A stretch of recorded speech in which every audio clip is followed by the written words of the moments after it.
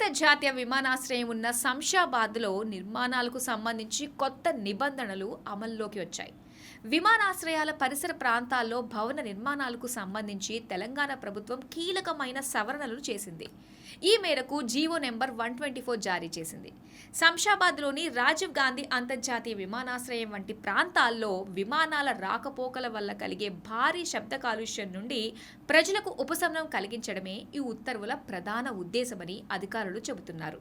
ఈ జీవో ప్రకారం notified noise zone పరిధిలో నిర్మించే అన్ని కొత్త భవనాలకు సౌండ్ ప్రూఫింగ్ మెటీరియల్ అంటే ధ్వని నిరోధక సామాగ్రిని వాడటం ఇకపై తప్పనిసరి. శంషాబాద్‌లో నిర్మాణాలకు ఇకపై కొత్త నిబంధనలు జీవో నెంబర్ 124 జారీ చేసిన ప్రభుత్వం నిర్మాణ దశలోనే సౌండ్ ప్రూఫ్ పద్ధతుల్ని పాటించాలి. తెలంగాణ బిల్డింగ్ రూల్స్ 2012కు చేసిన ఈ సవరణల ప్రకారం నివాస గృహాలు, అపార్ట్మెంట్లు, ఆస్పత్రులు, పాఠశాలలు, వాణిజ్య సముదాయాల నిర్మాణ దశలోనే సౌండ్ ప్రూఫ్ పద్ధతులను పాటించాలి. విమానాలు తక్కువ ఎత్తులో ఎగురుతున్నప్పుడు కలిగే జెట్ ఇంజిన్ మోత ఇళ్ల లోపల వినిపించకుండా కిటికీలు, తలుపులు, గోడల నిర్మాణంలో ప్రత్యేక ధ్వని నిరోధక మెటీరియల్ను వాడాల్సి ఉంటుంది. దీనివల్ల నిర్మాణాల లోపల ఇండోర్ వాతావరణం ప్రశాంతంగా ఉండడమే కాకుండా శబ్ద కాలుష్యం వల్ల కలిగే ఆరోగ్య సమస్యల నుంచి రక్షణ లభిస్తుంది.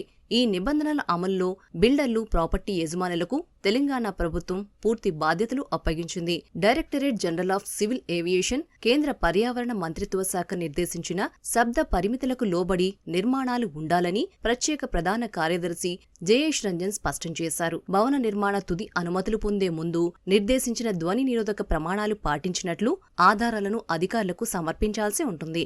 గతంలో ఎయిర్పోర్ట్ నాయిస్ జోన్లలో నిర్మాణాలపై ఉన్న కొన్ని లోటుపాట్లను సవరించి ఈ కొత్త జీవోను జారీ చేసింది తెలంగాణ ప్రభుత్వం. పట్టణీకరణ వేగంగా జరుగుతున్న తరుణంలో పౌర భద్రతను, పర్యావరణ హితాన్ని సమన్వయం చేస్తూ ప్రభుత్వం తీసుకున్న ఈ నిర్ణయం ఒక స్మార్ట్ అర్బన్ ప్లానింగ్ అడుగుగా భావిస్తున్నారు. నిబంధనలో స్పష్టత రావటం వల్ల శంషాబాద్ పరిసర ప్రాంతాల్లో నిర్మాణాలు పెరుగుతాయని రియల్ రంగ నిపుణులు అంచనా వేస్తున్నారు.